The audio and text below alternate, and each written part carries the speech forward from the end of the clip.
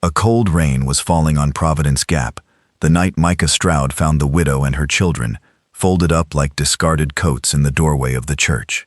He had come to town for lamp oil and a sack of nails, nothing more, and he was leading his horse past the dark chapel when he saw the boots.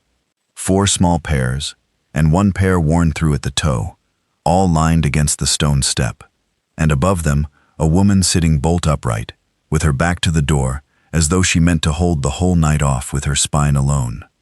She did not beg. That was the first thing he noticed. A beggar looked up and put out a hand.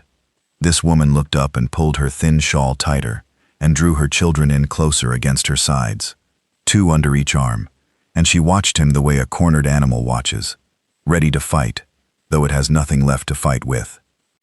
"Ma'am," Micah said. His voice came out rougher than he meant it. He had not used it much in 3 years. "We're not doing any harm," she said. "The preacher said we could keep out of the wet under his eave till morning. We'll be gone by light." The smallest one, a girl no bigger than a lamb, coughed into the woman's collar, a wet, rattling cough that Micah felt in his own chest. The rain came harder. Somewhere down the muddy street a shutter banged. Micah stood there with his hat brim dripping and his jaw working, and he thought of all the reasons a hard man learns to keep walking. He had a ranch 6 miles out with cattle that did not care whether he lived or died, and a house that had been silent since the fever took Sarah, and a rule he had made himself about not letting the world back in through the door she had gone out of. He looked at the boot worn through at the toe.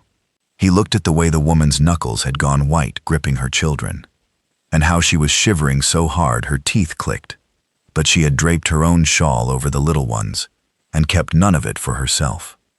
"How long since they ate?" he asked. Her chin came up. "That's no business of yours, mister." "No," Micah agreed. "It ain't." And he crouched down in the mud on his heels so his eyes were level with hers, so she would not have to look up at a standing man in the dark, and he said it plain, the way he would have said it to a spooked mare. "But it's raining, and that child's got a cough that'll turn to lung fever if she sleeps another night in the wet, and I've got a dry house and a stove, and more beans than one man can eat. My name's Micah Stroud. I run cattle out past the gap. Come with me." For a long moment she only stared at him. The rain ran down between them. "Why?" she said, not a question, an accusation almost. She had learned, he could see, exactly what men wanted in exchange for a kindness, and she was bracing to hear the price. "Because my wife would have skinned me for walking past you," Micah said. "That's the whole of it. There's no other reason, and there won't be one. You'll have the house. I'll take the bunkhouse. You cook. You keep the young ones warm. And come spring, if you want to move on one, I'll drive you to the railhead myself, and you'll owe me nothing." He stood, his knees cracking, and held out his hand. Not to her, but to the eldest boy, a serious lad of maybe 10, who had been watching the whole exchange with old, wary eyes. "That's the deal, son. Take it or leave it. But your sister's cough won't wait on your ma's pride, and neither will mine." The boy looked at his mother. The woman closed her eyes. When she opened them, the fight had drained out of her face and left only exhaustion, and something underneath the exhaustion that might, in a warmer season, have been hope. "Junia Barlow," she said. "These are mine, Della, Tom, and the twins, Ruth and little Sari." She wet her cracked lips. "If you're lying to me, Mr. Stroud, God will settle it with you. I've got nothing left to settle it with myself." "He's welcome to try," Micah said. "Get up now. You're soaked through." He put them in the wagon he'd left at the mercantile, all 4 children in the bed under his oilcloth and the tarpaulin, and Junia on the seat beside him, wrapped in his own dry coat, which he pressed on her over her refusing, and did not take back. The 6 miles out to the ranch were black and streaming. Little Sari coughed the whole way, and Junia sat rigid, listening, and twice Micah felt her start to speak and stop. The house, when they came to it, was cold and dark, but it was dry, and it was big. Micah got a fire going in the kitchen stove with hands that remembered the work even when the rest of him had gone numb, and he lit the lamps, all of them, so that light spilled yellow out the windows into the rain for the first time in 3 years. He watched Junia stand in the middle of the kitchen, turning slowly, taking in the pump at the sink and the full wood box and the shelves of stores. And he watched her understand that it was real. "There's a bed off the parlor and a loft up the ladder," he said. "Blankets in the cedar chest. I'll heat milk for the little one's chest." He paused at the door with his hat in his hand. "Bolt this behind me if it eases you. There's a bolt. My Sarah put it there." Junia looked at him then, really looked, the way she had not let herself in the doorway. "You're going to the bunkhouse," she said. "In this. I've slept in worse. You have a house full of your own beds, and you're going to sleep in the cold. It's your house till spring," Micah said. That was the deal. And he went out into the rain before she could say the thing that was gathering in her face, because he did not think he could stand to be thanked.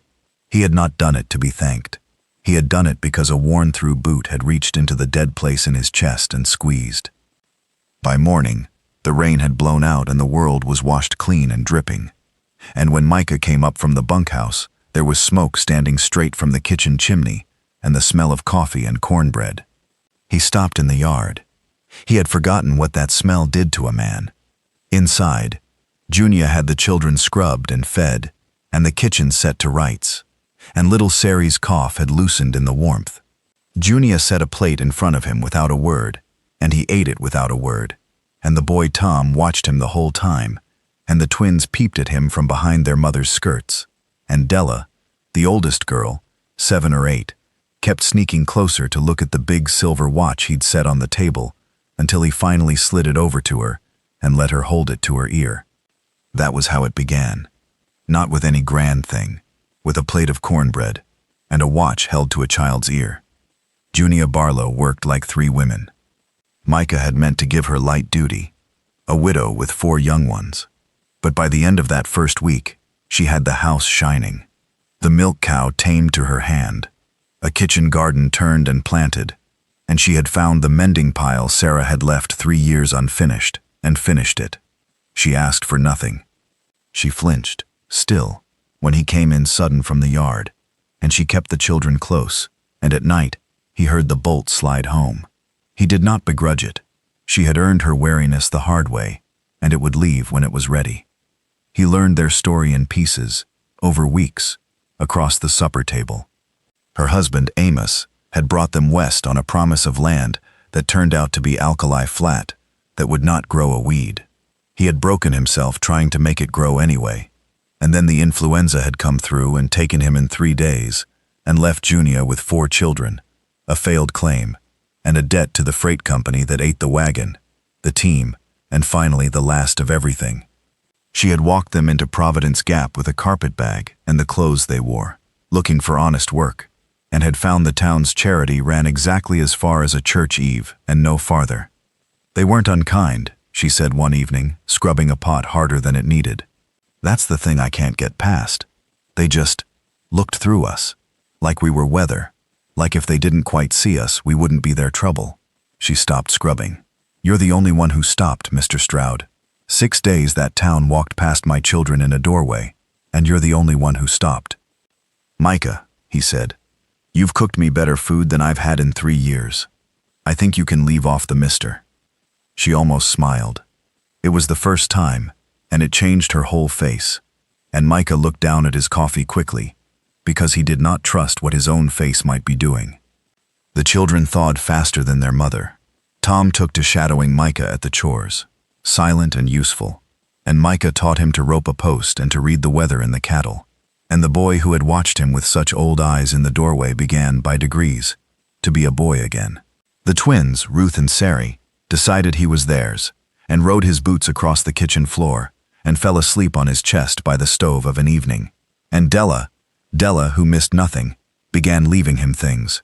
A smooth stone, a hawk feather, a drawing, in charcoal on a scrap of paper, of a tall man and a woman, and 4 small figures, and a house with smoke coming out, all holding hands in a wobbly row. Micah kept the drawing.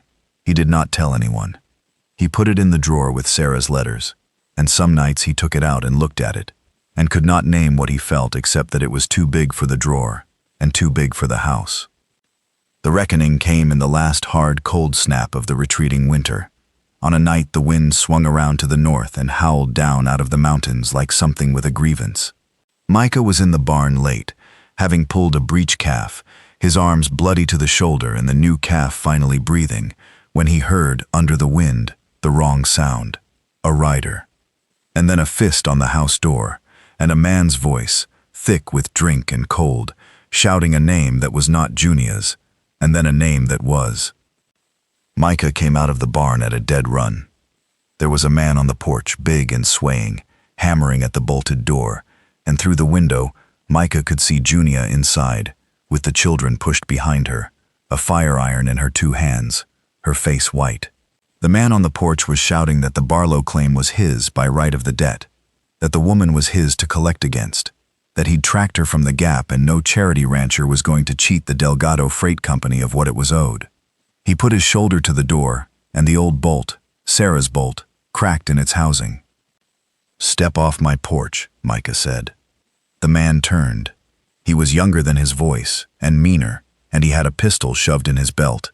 And he laughed when he saw only one unarmed rancher standing in the yard with the wind tearing at him. "This ain't your business, cowboy. The woman's got a debt. I aim to work it off her, one way or the other. Walk away, and I won't remember your face." "There's no debt," Micah said, and he kept walking, slow, closing the distance, his voice level as a frozen pond. "A debt dies with the man who signed it, and the property it was writ against. You know that. Any judge from here to the territory line knows that.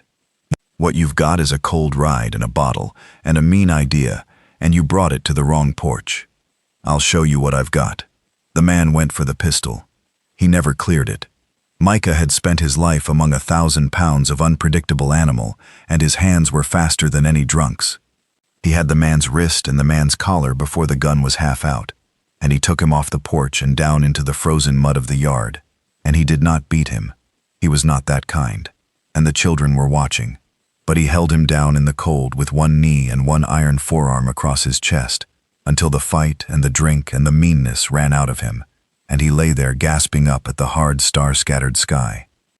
"You're going to get on your horse," Micah said, close to his ear, quiet enough that the children would not hear the shake of fury under it. "And you're going to ride back to Delgado, and tell him the Barlow debt is dead, and buried with Amos Barlow, and that these people are under my name now, and my name in this county means something you do not want to test. You come back here, you send anyone back here, and I will file every paper the law allows, and I will stand on the courthouse steps and read out exactly what you came here to do to a widow and her children on a winter night. Do you understand me?" The man understood him. Micah hauled him up, put him on his horse, and watched the dark take him back toward the Gap. Then he stood a while in the yard, breathing, letting his own heart come down, before he trusted himself to go inside. Junia was still holding the fire iron. When the door opened and it was him, she set it down very carefully, and then her legs seemed to give, and Micah crossed the room without thinking and caught her, and for the first time she did not flinch from a man's arms. She stood in them, shaking, with the children pressing in around them both. And Micah held all 5 of them the way a man holds the only warm thing in a cold country. "He's gone," Micah said into her hair. "He won't come back, and if he does, I'll be here. I'm not going to the bunkhouse tonight, Junia. I'll sleep by the stove, but I'm not leaving this house with you afraid in it." She lifted her face. "I haven't been afraid in this house," she said, "since the night you crouched down in the mud so I wouldn't have to look up at you." Her voice broke. "I've been afraid you'd send us to the railhead in the spring." Micah looked at her a long moment.